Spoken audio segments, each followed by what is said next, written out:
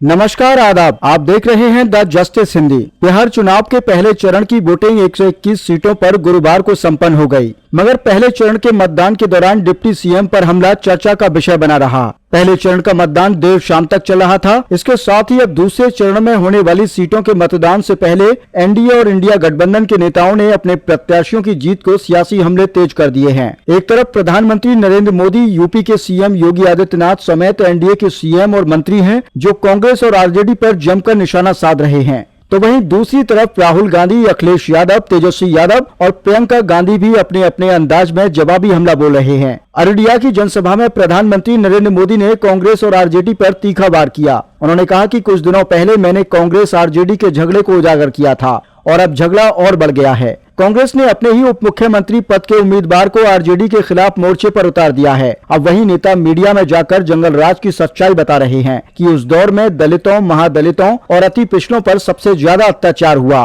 PM Modi ने आगे कहा, अभी तो चुनाव हुए हैं, नतीजे आने पर ये दोनों एक दूसरे के बाल नोचने लगेंगे। साथियों, कुछ दिनों पहले मैंने कांग्रेस और आरजेडी में जो झगड़े हो रहे हैं ना, एक दूसरे की टांग खींचने का जो काम चल रहा है, उसकी पोल खोल दी थी। ये पोल खुलने के बाद कांग्रेस आरजेडी के बीच झगड़ा और भी बढ़ गया है। अभी हमने देखा, कांग्रेस ने तो अब उप मुख्यमंत्री पद के उम्मीदवार को ही आरजेडी के खिलाफ मोर्चे पर उतार दिया है। वो मीडिया को इंटरव्यू दे रहे हैं और इंटरव्यू में क्या कह रहे हैं?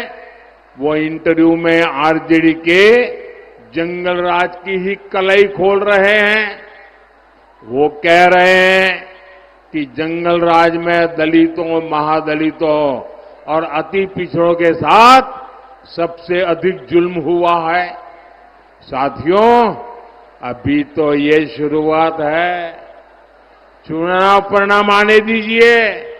ये कांग्रेस आरजेडी के लोग एक दूसरे के बाल नोचने वाले हैं, एक दूसरे के। राहुल गांधी ने बिहार के युवाओं को उम्मीद की एक नई किरण दिखाते हुए कहा कि मेरा वादा है कि बिहार में दुनिया की सबसे बेहतरीन यूनिवर्सिटी बनेगी। नालंदा फिर से दुनिया का सबसे महान विश्वविद्यालय बनेगा और दुनिया भर के लोग यहाँ ज्ञान की तलाश में आएंगे। राहुल का यह बयान सीधा बिहार की शिक्षा और युवाओं के भविष्य पर केंद्रित था, लेकिन राजनीतिक तौर पर यह बीजेपी के विकास एजेंडा को टक्कर देने की कोशिश भी मानी जा रही है। मैं भी आपसे एक वायदा करना चाहता हूं, पर्सनल वायदा है, राहुल गांधी का वायदा है।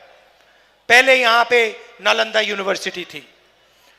दुनिया से इधर लोग आते थे, चाइना से आते थे, जापान से आते थे, कोरिया से आते थे, वियतनाम से आते थे, थाईलैंड से आते थे, इंग्लैंड से आते थे, जर्मनी से आते थे। क्यों आते थे? नालंदा यूनिवर्सिटी में पढ़ाई करने आते थे।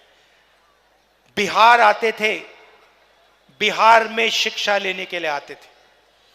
आज बिहार में जो ईमानदारी से पढ़ाई करता है, उसके लिए पेपर लीक है, उसे परे कर दिया जाता है और झूठे लोगों को, जिनके रिश्तेदारी है, जिनके लोगों को बीजेपी के लोगों से जानकारी है, उनको एग्जाम का पेपर दिया जाता है।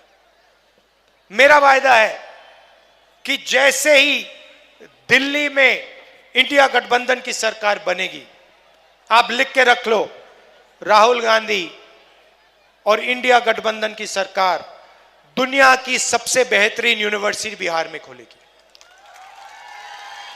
उस यूनिवर्सिटी में दूर दूर से लोग आएंगे, जापान से, कोरिया से, चाइना से, शिक्षा लेने के लिए, पढ़ाई करने के लिए।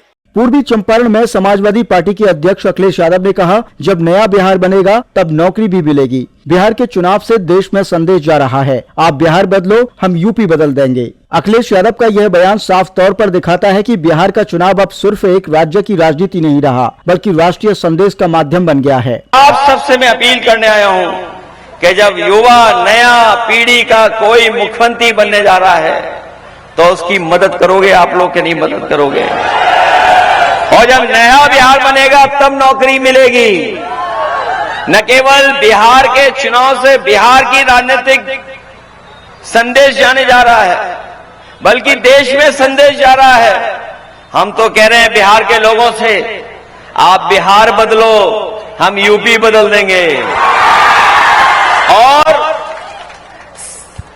बिहार तब बदलेगा जब सरकार बदलेगी, और सरकार बदलने का आपको मौका मिलने जा रहा है। इसलिए मदद करोगे आप लोग। ये मान के चलें कि आपके नौजवान प्रत्याशी देव गुप्ता जी जीत करके जा रहे हैं।